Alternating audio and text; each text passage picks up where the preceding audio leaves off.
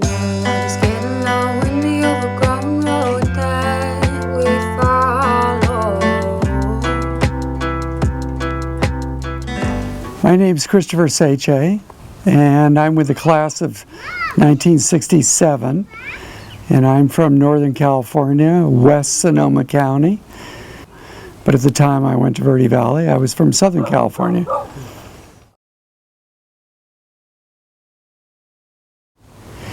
You know, my mother came from the UK, my father came from Austria as European immigrants to Southern California. They were always interested in quality education. They sent me to private schools before Verde Valley, and they started looking around at private schools for high school, and they were looking at the traditional ones on the East Coast and other locations, and they heard about this place called Verde Valley School, and my mother and I took a Greyhound bus out there from Los Angeles and had an interview, and both my mother and I fell in love with the place, and my father agreed to finance it all, and it was actually probably pretty coincidental that I ended up there, because I could have ended up at many private schools at that time.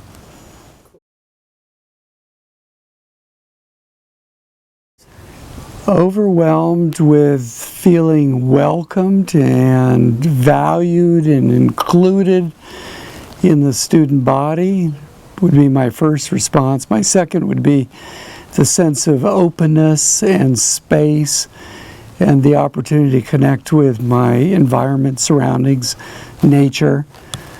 Coming at that time from Los Angeles in a fairly urbanized environment, just the beauty of the place and being able to understand that education wasn't just in a classroom, but also included being in the outdoors and nature was a wonderful opportunity.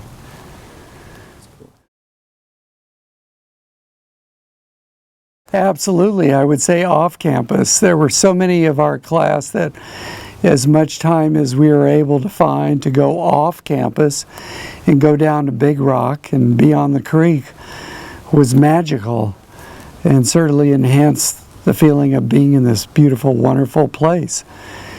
You know, on campus had all kinds of beautiful attractions and excitements. However, when you add to that being able to go beyond 110 acres at that time and just wander through riverbeds and creeks and climb mountains, all that was too much to resist.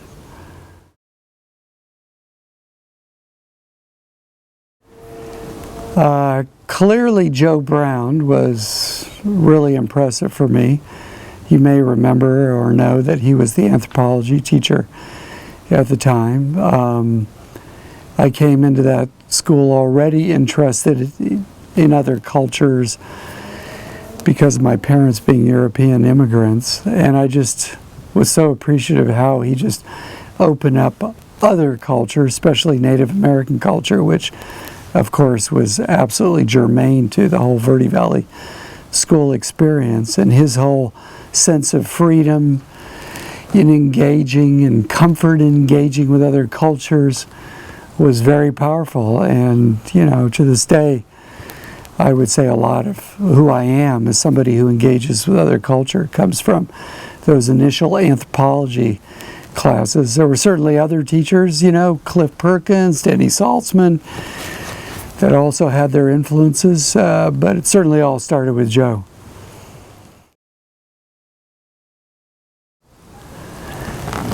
Yeah, I mean, there would be many, but one, as you asked the question, the one that popped into my mind was the field trips. No surprise there, I'm sure, but again, it was an extension of getting off campus and project-based learning, as opposed to being in the constraints of a classroom around academic issues in learning. So I went off to Navajo land, and my first of one trip, but the first part of one trip was going to many farms and working at a chapter house and involved with preschool. But I don't know exactly what happened, but something happened in that during that time, and all of a sudden Verde Valley said, "You're going off to Navajo Mountain." I said, "Really? Navajo Mountain? That's pretty remote and rural on Navajo land. I mean, it's not even a town." And they said, "Yeah," and we just drove for hours on these roads in Navajo Mountain, and then I ended up with this family, and I lived in a Navajo hogan with a Navajo family for a week, and I herded their sheep every day for 8 hours. Of course, I should clarify, I didn't herd the sheep. Their sheepdog herded their sheep, but I went out every day with their sheepdog and the sheep. And then on the last day, they gave me their horse and sent me off with the sheepdog and the sheep. And we just would wander for all day long across Navajo land, side of Navajo Mountain, with whatever it was, there 100 sheep or so. And I was thinking, yeah, at the time, in a very unrefined way, it was awesome and it was cool and it was amazing. But what a whole different dimension of learning about the world and engaging with people of another culture.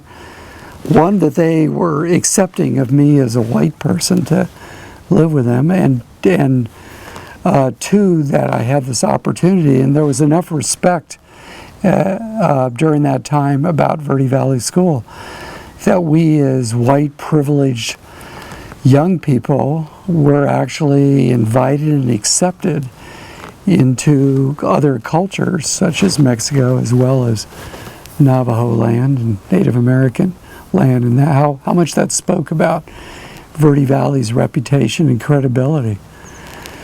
So that set me on a path of deeper interest in Native American culture, obviously fueled by Joe Brown as well, with his lifelong love and interest in Native Americans.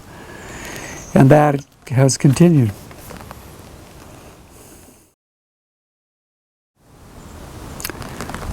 Well, there's two parts to that question. Yes. Maybe even more. One part is the impression is that when we provide opportunities for young people to move out of their bubbles, out of their comfort zones, and experience the world in authentic ways, not through textbooks necessarily, but through engagement and living in a community like Verde Valley that's was accepting and inclusive of the differences among ourselves, and resonating with that same norm in engaging with other cultures, Native American and Mexican at the time, in the late 60s. It just provides a much deeper sense of learning about yourself and about the world around you, and in some ways motivates you to consider how you might be more authentically engaged with people like that, and maybe support positive change in the world, recognizing that you come from a privileged situation. That would be one. And then I would say, related to the second part, who I am today is directly related to having attended and graduated from Verde Valley School. There's a direct correlation, even though I graduated in '67, here we're talking in 2016, that deep experience of attending Verde Valley led to who I am today. I'm a consultant. I work in international development. I work all over the world, strengthening nonprofits, what are called NGOs in other countries, and the NGO sector in other countries.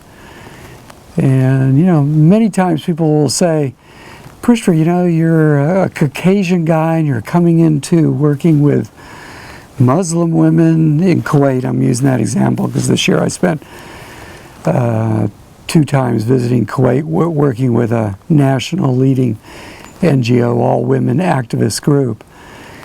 And they'll say, you come to our country, we're all young, we're women, many of us are Muslims, and you're just a white guy coming in, and your rapport and ability to engage with us and support us and help us make change is really admirable. And I appreciate those compliments, and I just always say, well, a lot has to do with having had that sensitivity training at an early age by going to Verde Valley School and having the opportunity to engage with other cultures and develop rapport with people of other cultures and respect them, and then figure out ways that I can be supportive for their self-determination for change.